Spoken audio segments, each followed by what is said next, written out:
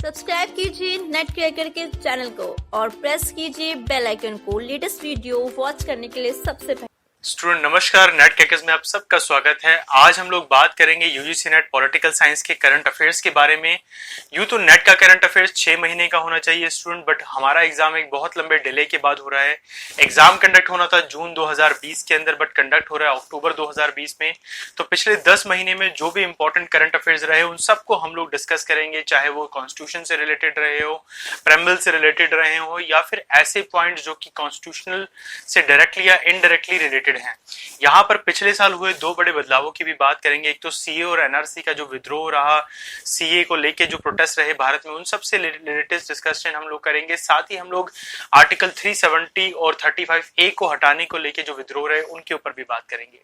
Student, यहाँ पर आपको समझना जरूरी है कि जितने भी पॉइंट हम लोग डिस्कस करेंगे आप सबको नोट डाउन कीजिए, साथ ही आप खुद भी थोड़ी रिसर्च कीजिए इंटरनेट पे, ताकि इन सारे पॉइंट से रिलेटेड सारी इंफॉर्मेशन आप लोगों को मिल सके। आप इस चैनल पे पहली बार आए हैं तो चैनल को सब्सक्राइब करें, वीडियो पसंद आती है तो लाइक करें, शेयर जरूर करें। और इसी के साथ साथ हमारे ऑनलाइन ऑफलाइन कोर्सेज को अवेल करने के लिए या हमारे पोस्टल नोट्स जो कि हिंदी और इंग्लिश दोनों मीडियम में अवेलेबल है थ्रू आउट द कंट्री, आप उनको मंगाने के लिए नीचे दिए गए कॉन्टैक्ट नंबर्स पे हमें कॉल, मैसेजेस या व्हाट्सएप कर सकते हैं। स्टूडेंट, आइए स्टार्ट करते हैं वीडियो के साथ। स्टूडेंट, अपने करंट अफेयर्स में हम लोग सबसे पहले बात करेंगे इंडियन सिटीजनशिप रूल की, जो कि 2019 में आया दिसंबर के टाइम पे। और यहाँ पे जैसे ही ये रूल आता है, बात होती है सिटीजन अमेंडमेंट एक्ट की, तो वहीं से भारत में भर में प्रोटेस्ट स्टार्ट हो जाते हैं, जगह जगह मार्च निकलने लग जाते हैं, लोग बड़े तौर पर इसके विद्रोह में आ जाते हैं। लोग कहते हैं कि ये आर्टिकल 5 to 11 जो कि हमारे सिटीजनशिप को बताता है पार्ट 2 ऑफ कॉन्स्टिट्यूशन के अंदर, ये उसके साफ साफ उसके खिलाफ है। लोग कहते हैं कि ये फंडामेंटल राइट्स के खिलाफ है, आर्टिकल 14 के खिलाफ है जो कि इक्वालिटी की बात करते हैं। अब इसका एक बैकग्राउंड हम लोग समझ लेते हैं। सबसे पहले तो स्टूडेंट 1955 में आया इंडियन सिटीजनशिप एक्ट, जिस एक्ट ने बहुत सारी चीज़ों के बेसिस पे, बहुत सारी एलिजिबिलिटी के बेसिस पे किसी भी नागरिक को भारत के अंदर एज ए नागरिक सिटीजनशिप देने की बात यहाँ पे की गई। तो इस एक्ट के अंदर जिस तरह की कंडीशंस रखी गई थी, उन सब कंडीशंस की बात करते हुए जो नया सिटीजनशिप अमेंडमेंट एक्ट लाया गया, उसमें कहा गया कि 3 देश पाकिस्तान, बांग्लादेश और अफगानिस्तान, यहाँ से अगर सिख, क्रिश्चियन, पारसी, बौद्ध, जैनिस्ट या हिंदू कम्युनिटीज़ जो हैं, जो कि इन देशों में माइनॉरिटीज़ हैं, अगर वो भारत आती हैं 31 दिसंबर 2014 से पहले, तो उस कंडीशन में उनको भारत की सिटीजनशिप दे दी जाएगी। जबकि इसमें से मुस्लिम्स को सिटीजनशिप देने का जो पॉइंट था उसको हटाया गया। तो बड़े तौर पर जो विद्रोह हुआ वो इसी का हुआ कि आप भारत का जो स्ट्रक्चर है, जो कि सोशल और सेकुलर स्ट्रक्चर है, उसके खिलाफ इस एक्शन को लेने जा रहे हो। ये आर्टिकल 14 के साफ साफ खिलाफ है। इसको लेके जगह जगह पूरे भारत में प्रोटेस्ट स्टार्ट हो गए, और जितने भी प्रोटेस्ट हुए वो लंबे टाइम तक चलते रहे। रिजल्ट ये हुआ कि जनवरी और फरवरी के महीने में दिल्ली के अंदर एक बड़े तौर पर दंगे भी जो यहाँ पे भड़क उठे, रॉयट्स हुए, जहाँ पर लोगों की जान भी गई। तो वन बाय वन ये जो प्रोटेस्ट पूरे भारत में चले अलग अलग जगह, इन वजहों से सिटीजनशिप अमेंडमेंट एक्ट जो था 2019 का, वो चर्चा में आया। तो इस बार करंट अफेयर्स में इससे रिलेटेड पॉइंट आपसे पूछे जा सकते हैं, तो मेक श्योर कि आप इसको अच्छे से पढ़ के जाएं। इससे जुड़े हुए सारे पॉइंट्स को आप लोग अच्छे से पढ़ के जाएं। स्टूडेंट, सेकंड करंट अफेयर्स जो है हमारा प्रेम्बल से रिलेटेड है, preamble of the Indian constitution, जिसको शामिल किया गया था भारत के संविधान के अंदर as a philosophy of Indian constitution.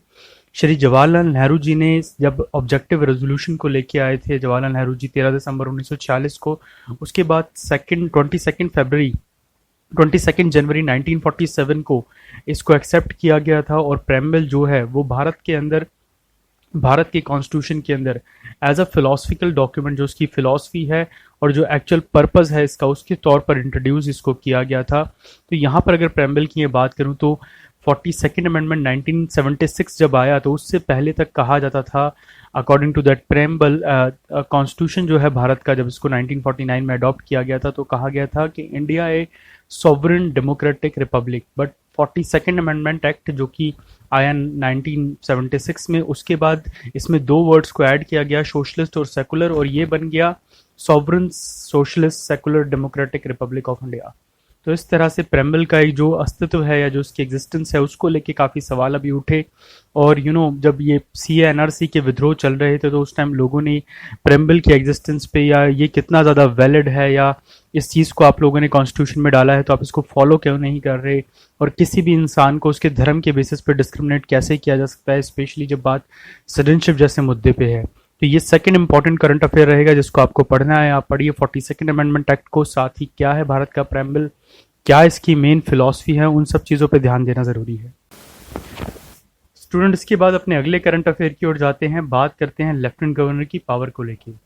हाल ही में बहुत सारे इशू हम लोगों ने देखे पिछले कुछ सालों में, चाहे वो दिल्ली के लेफ्टिनेंट गवर्नर के बीच में रहे हों और दिल्ली के चीफ मिनिस्टर के बीच में। और अभी रिसेंट इशू की अगर मैं बात करूं तो वो जनवरी महीने में हुआ, जब पुडुचेरी के जो चीफ मिनिस्टर हैं वी नारायण स्वामी, उन्होंने किरण बेदी जो वहाँ की लेफ्टिनेंट गवर्नर हैं उनके दिए गए ऑर्डर, उनकी अपॉइंटमेंट जो कि state election commissioner TM Balakrishnan की अपॉइंटमेंट थी, उन सब ऑर्डर्स को जो है कैंसिल कर दिया, अवॉइड कर दिया। तो उसके बाद ये इशू खड़ा हुआ और ये बहस स्टार्ट हो गई, जो कि बेसिकली सेंटर और स्टेट के रिलेशंस की अगर मैं बात करूं, चाहे किस तरह की पावर से राज्यपाल को दी जाती है, लेफ्टिनेंट गवर्नर के पास क्या पावर है, article 243 K, article 243 L, article 243 J B of Indian constitution, इन सब के ऊपर बात हुई। साथ ही क्वेश्चन उठे आर्टिकल 239 के ऊपर और 239 ए के ऊपर, जो कि दिल्ली को एज ए यूनियन टेरिटरी कुछ स्पेशल पावर देता है, यहाँ पे लेफ्टिनेंट गवर्नर को कुछ स्पेशल पावर देता है। तो ये एक इंपॉर्टेंट करंट अफेयर रहेगा आपका, जिसको आपको पढ़ना है और अच्छे से समझना है। देयर आर चांसेस के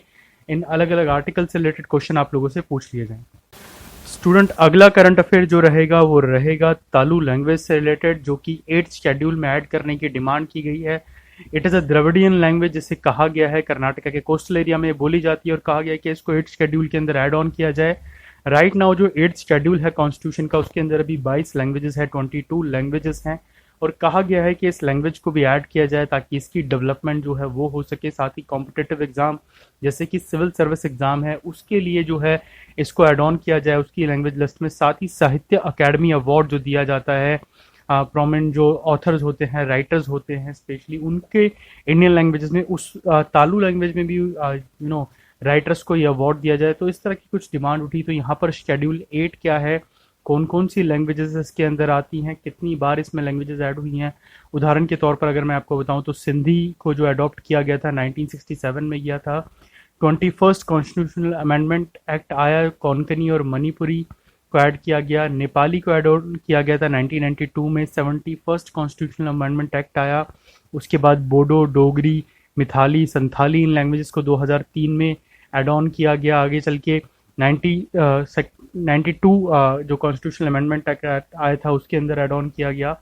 तो इस तरह से 1 by 1 कॉन्स्टिट्यूशनल अमेंडमेंट होते रहे और लैंग्वेजेस ऐड होती रही। यहाँ पर आर्टिकल 29 जो है कॉन्स्टिट्यूशन का, उसको भी आप अच्छे से फोकस करेंगे। This article provides a section of citizen having distinct languages, script, culture and have the right of conserve the same। तो इस आर्टिकल को आप जरूर से समझिए। स्टूडेंट, इसके बाद बात करते हैं हमारे अगले करंट अफेयर की, और ये करंट अफेयर है सेंटर स्टेट डिस्प्यूट की, जो कि आर्टिकल 131 के अंडर आता है। ये सुप्रीम कोर्ट की जो एक्चुअल जुडिक्शन है उससे रिलेटेड आर्टिकल है। यहाँ पर बात होगी दो बड़े केसेस की, जो कि एक केरला सरकार की तरफ से इशू आया, दूसरा छत्तीसगढ़ की तरफ से आया। सीए के ऊपर केरला सरकार ने, सिटीजन अमेंडमेंट एक्ट के ऊपर केरला सरकार सुप्रीम कोर्ट के पास पहुंची। वहीं पे छत्तीसगढ़ सरकार जो थी वो नेशनल जो एनआईए है, नेशनल इन्वेस्टिगेशन एजेंसी, इस एक्ट को लेकर जो है सरकार के पास पहुंची। तो क्या है ओरिजिनल जुडिक्शन सरकार का, क्या सुप्रीम कोर्ट का, इसको लेके ये बेसिकली आर्टिकल है। तो करंट अफेयर में ये इंपॉर्टेंट पॉइंट रहेगा। आप इस आर्टिकल को, इससे रिलेटेड जितने भी पॉइंट्स हैं उसको अच्छे से पढ़िए। साथ ही कुछ और लैंडमार्क केसेस जो इस तरह के पढ़ने को आपको मिले उनको ज़रूर आपको थ्रू हुई है। स्टूडेंट, इसके बाद अगला करंट अफेयर रहेगा फाइनेंस कमीशन को लेके। 3 फरवरी 2020 को ये न्यूज़ आई फाइनेंस कमीशन की। 15th फाइनेंस कमीशन को इस्टेब्लिश किया गया, जिसने अपनी रिपोर्ट दी। और बेसिकली फाइनेंस कमीशन जो था इस बार हेडेड था वो एनके सिंह के द्वारा। रिपोर्ट इसने अपनी प्रेसिडेंट को दिसंबर 2019 में दी। तो यहाँ पर फाइनेंस कमीशन की अगर मैं बात करूँ तो बेसिकली फाइनेंस कमीशन इस चीज़ को मेक श्योर करता है कि जो एलोकेशन है, डिस्ट्रीब्यूशन है, वो किस तरह से होगा between the state and centre, किसको कितना दिया जाएगा, किस हिसाब से दिया जाएगा। तो यहाँ पर आर्टिकल 280 को आप ज़रूर से फोकस करके चलिए।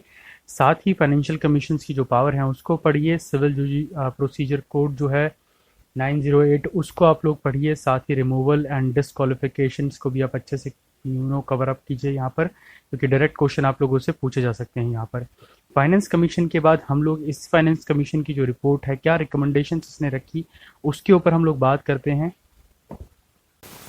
सो स्टूडेंट, इस फाइनेंस कमीशन ने जो अपनी रिपोर्ट तैयार करी वो 2011 की जो सेंसस हुई थी उसके बेसिस पे तैयार करी। जो पॉपुलेशन 2011 तक थी उसमें फॉरेस्ट कवर, टैक्स, जो एफर्ट्स थे, एरिया ऑफ स्टेट, डेमोग्राफी क्या है, इन सब चीज़ों को कंसीडर करते हुए एक पूल को बनाया गया और उसके बेसिस पे ही चीज़ों को प्रेजेंट किया गया। तो जो फाइनेंस कमीशन की रिपोर्ट थी उसने एलोकेशन किया रिसोर्स का between the state and centre, और इसी तरह की जो रिपोर्ट के ऊपर पॉइंट आप लोगों से जब पूछे जा सकते हैं तो करंट में किस तरह के एलोकेशंस हैं, किसको क्या दिया गया है, ये सब क्वेश्चन आप लोगों से पूछे जा सकते हैं। साथ ही न्यू यूनियन टेरिटरीज बनाई गई हैं भारत के अंदर अभी, उनसे रिलेटेड क्वेश्चन भी आप लोगों से पूछे जा सकते हैं यूनियन टेरिटरी के फंड एलोकेशंस के ऊपर। तो इन पॉइंट्स को आप अच्छे से कवर अप कीजिए। इसके बाद का अगला करंट अफेयर जो रहेगा स्टूडेंट, वो रिलेटेड रहेगा दिल्ली के साथ। दिल्ली को as a full flash state बनाने के लिए जो बहुत टाइम से डिबेट चल रही है, बहुत सारी पॉलिटिकल पार्टी ये डिमांड करती हैं। तो आर्टिकल 239 को हम लोग पढ़ेंगे, 239A को हम लोग समझेंगे, और एक स्पेशल पावर जो आर्टिकल 239AA के द्वारा दिल्ली को दी गई है, ये 69th अमेंडमेंट एक्ट था जो कि 1991 में आया। दिल्ली को एज अ यूनियन टेरिटरी से हटा के national capital territory of Delhi जो है डिक्लेयर किया गया। इसकी एक लेजिस्लेटिव असेंबली दी गई और बहुत सारी पावर इसको सौंपी दी गई। Although public order, police, land and offence against the law, ये सब दिल्ली की जो लेजिस्लेटिव असेंबली थी उसकी पहुंच से दूर रखा गया। बट मोस्टली पावर जो दिल्ली को दी गई, जिस तरह से दी गई उस तरह की पावर किसी और यूनियन टेरिटरी के पास नहीं है। तो आप यहाँ पर special power regards to Delhi as a union territory उसको ज़रूर से पढ़ेंगे। स्टूडेंट, हमारा अगला करंट अफेयर है यूनिफॉर्म सिविल कोड से रिलेटेड, यूसीसी। अभी रिसेंटली जो एग्जाम्पल आता है वो आता है गोवा का, जिसमें सुप्रीम कोर्ट ने यूसीसी के लिए गोवा की तारीफ करी है और कहा है कि गोवा एक शाइनिंग मॉडल है, एग्जाम्पल है यूसीसी का। अगर मैं बात करूँ यूनिफॉर्म सिविल कोड की, तो बेसिकली इस तरह के कानून की बात है जहाँ पर सभी धर्मों के लिए, सभी कम्युनिटी के लिए जो उनके पर्सनल मैटर्स हैं, जैसे कि मैरिज है, डिवोर्स है, इनहेरिटेंस, एडॉप्शन, इस तरह की चीज़ों के लिए पूरे भारत में एक ही लॉ हो। यहाँ पर आर्टिकल 44 और 43 को हम लोग ज़रूर डिस्कस करेंगे। साथ ही कुछ ऐसे केसेस जो फंडामेंटल राइट से जुड़े रहे, चाहे वो मिनर्वा मिल का केस रहा हो या बाकी कोई इसी तरह का केस, आर्टिकल 31C और 42nd अमेंडमेंट 1976 को भी ज़रूर से डिस्कस करेंगे। तो स्टूडेंट, ये सारे पॉइंट्स आप लोग जब कवर अप करेंगे तो दैट इज़ वेरी इंपॉर्टेंट आपके आने वाले एग्जाम के लिए। स्टूडेंट, हमारे अगले करंट अफेयर में हम लोग बात करेंगे कॉन्स्टिट्यूशनल रिट्स के बारे में। इस बार कॉन्स्टिट्यूशनल रिट्स को लेके काफ़ी सवाल उठे और जिस तरह के चीज़ें चलती रही, चाहे वो सीए के प्रोटेस्ट हों या बाकी सारे प्रोटेस्ट हों, तो इस तरह की रिट्स के ऊपर भी सवाल उठे। तो यहाँ पर सुप्रीम कोर्ट ने कुछ बड़ी बातों को रखा। सुप्रीम कोर्ट ने एक मुद्दे को उठाया जिसमें रिजर्वेशन के अंदर प्रमोशन की जो डिमांड थी, इसके लिए जो है सुप्रीम कोर्ट ने कहा कि that is not the part of fundamental right.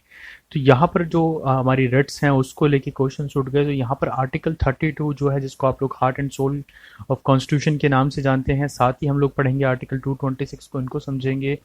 Article 361 क्या है, अलग अलग जो राइट्स हैं कॉन्स्टिट्यूशन की वो क्या है, किन राइट्स का इस्तेमाल कहाँ पे किया जाता है, ये सारे पॉइंट्स को आप लोग अच्छे से डिस्कस करेंगे। स्टूडेंट, कॉन्स्टिट्यूशनल रिट से रिलेटेड ही एक और क्वेश्चन आज हमारे सामने है, एक और पॉइंट हम लोग डिस्कस कर सकते हैं, that is 9th schedule of the constitution.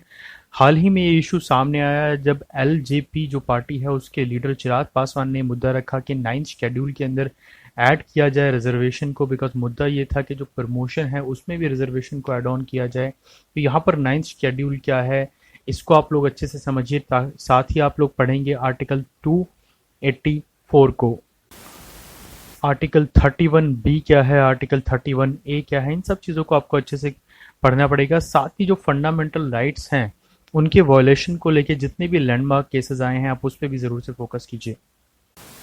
Student, इसके बाद अगला करंट अफेयर बहुत इंपॉर्टेंट है, ये इलेक्शन कमीशन से रिलेटेड है, जहां पर election commission remote voting system को इंट्रोड्यूस करने की डिमांड कर रहा है। ये रिमोट वोटिंग सिस्टम जो होगा ये आधार कार्ड से लिंक्ड होगा। इसमें अगर आप किसी भी क्षेत्र से बिलोंग करते हैं भारत के और इस समय पूरी दुनिया में कहीं पर भी हैं तो वहीं से बैठे बैठे अपना वोट को जो है कास्ट कर सकते हैं। चाहे आप बिहार से बिलोंग करते हो और दिल्ली में काम कर रहे हो तो दिल्ली से आप वोट दे सकते हैं। अगर आप इंडिया के वोटर हैं, दिल्ली के वोटर हैं और अमेरिका में रहते हैं तो आप अमेरिका में बैठ के वोट दे सकते हैं। तो ये जो सिस्टम है इसकी डिमांड अभी उठी है। यहाँ पर जो इलेक्शन कमीशन है उसने Indian institute of technology Madras के साथ मिलके इस नए तरह के वोटिंग सिस्टम को इंट्रोड्यूस करने का काम किया है। स्टूडेंट्स के बाद जो अगला करंट अफेयर है that is related to the Keshav Nanda Bharati case versus state of Kerala. Exactly 47 year हो चुके हैं इस केस को। बेसिक स्ट्रक्चर ऑफ कॉन्स्टिट्यूशन को लेके ये केस था। इस केस की डिटेल्स में आप इसको अच्छे से पढ़ेंगे, समझेंगे कि क्या ये केस था, ये क्यों हुआ, केशव नंदा भारती जी कौन थे जिनकी इस साल मृत्यु हो गई है। इन सारे पॉइंट्स को आप अच्छे से कवर अप करेंगे because there are the chances कि इस बार इससे रिलेटेड क्वेश्चन आपसे पूछा जाए। स्टूडेंट हमारा अगला करंट अफेयर रहेगा आर्टिकल 370 एंड 35A को हटाने से लेकर जम्मू कश्मीर को यूनियन टेरिटरी में बदलने को लेके पॉसिबिलिटी है कि इस बार, क्योंकि 1 साल हो चुका है इस फैसले को, आपसे क्वेश्चन पूछे जाएं, आपसे लेफ्टिनेंट गवर्नर के ऊपर क्वेश्चन पूछे जाएं, न्यू यूनियन टेरिटरी के साथ रिलेटेड जो लॉज हैं, जो कानून हैं, उन पे क्वेश्चन पूछे जाएं। That's once again a very important area जो आपको अच्छे से पढ़ के जाना है। इसके बाद हमारा लास्ट करंट अफेयर जो रहेगा आज का वो रहेगा एंटी डिफेक्शन लॉ, जिसको लेके अभी काफ़ी सारे सवाल उठे हैं। इसमें सबसे बड़ा मुद्दा जो है वो ये है कि जो एंटी डिफेक्शन लॉ है जिसको लाया गया था 52nd अमेंडमेंट एक्ट 1985 में under 10th schedule of Indian constitution, सवाल ये उठे हैं कि जो स्पीकर का रोल है एंटी डिफेक्शन लॉ को अप्लाई करने के लिए वो कितना वैलिड है, क्या ये सिर्फ नाम के लिए है, क्या आज तक कभी इसको अच्छे से किसी स्पीकर ने इस्तेमाल किया है। हाल फिलहाल में चाहे वो कर्नाटका की असेंबली हो या फिर नॉर्थ ईस्ट में होने वाले जो इश्यूज़ हैं, पॉलिटिकल जो इश्यूज़ रहे, उन सब में ये कहा गया कि जो स्पीकर का रोल है स्पेशली एंटी डिफेक्शन लॉ को अप्लाई करने में वो बहुत ज़्यादा बाइस्ड रोल माना जाता है। तो इसको लेके इस पे काफ़ी सवाल उठे हैं। तो देयर आर दी पॉसिबिलिटी कि आपसे एंटी डिफेक्शन लॉ पे क्वेश्चन आए, तो जस्ट मेक श्योर कि आपको ये एरिया अच्छे से पता हो। स्टूडेंट, इस ऑडियो में हम लोगों ने जितने भी पॉइंट्स को डिस्कस किया है, जितने भी करंट अफेयर्स को डिस्कस किया है, उन सब के अंदर ये ज़रूरी है कि इन सब को पढ़ने के बाद या सुनने के बाद आप इस पे कुछ और पॉइंट्स को भी पढ़ें। मोस्टली चीज़ें आपके सिलेबस में ऑलरेडी कवर है, जिन पे हम लोगों ने किसी आर्टिकल की बात करी है, किसी लॉ की बात करी है। आप इन सारे पॉइंट्स को अच्छे से नोट डाउन करके जाएँ। आपके आने वाले एग्जाम में देयर आर अ पॉसिबिलिटी कि यहाँ से आप लोगों से डायरेक्ट क्वेश्चन पूछे जाएँ। स्टूडेंट, मुझे उम्मीद है जितने पॉइंट्स को हम लोगों ने डिस्कस किया वो आने वाले एग्जाम में आपके लिए बहुत हेल्पफुल रहेंगे। साथ ही हर पॉइंट को आप अच्छे से नोट डाउन कीजिए, इंटरनेट पे भी सर्च कीजिए जिन पॉइंट्स में आपको कोई भी डाउट आता है। साथ ही अपने डाउट्स के लिए नीचे आप कमेंट बॉक्स में जरूर लिखिए, मुझे बताइए कि किन एरियाज में आपको किस तरह के डाउट फेस होते हैं। We will definitely sort out that doubts. और हमारे साथ जुड़े रहने के लिए चैनल को सब्सक्राइब कीजिए, वीडियो को लाइक कीजिए, बेल आइकन दबाइए ताकि आने वाली वीडियोस की अपडेट आपको ऑन टाइम मिलती रहे। Thank you so much students and best of luck.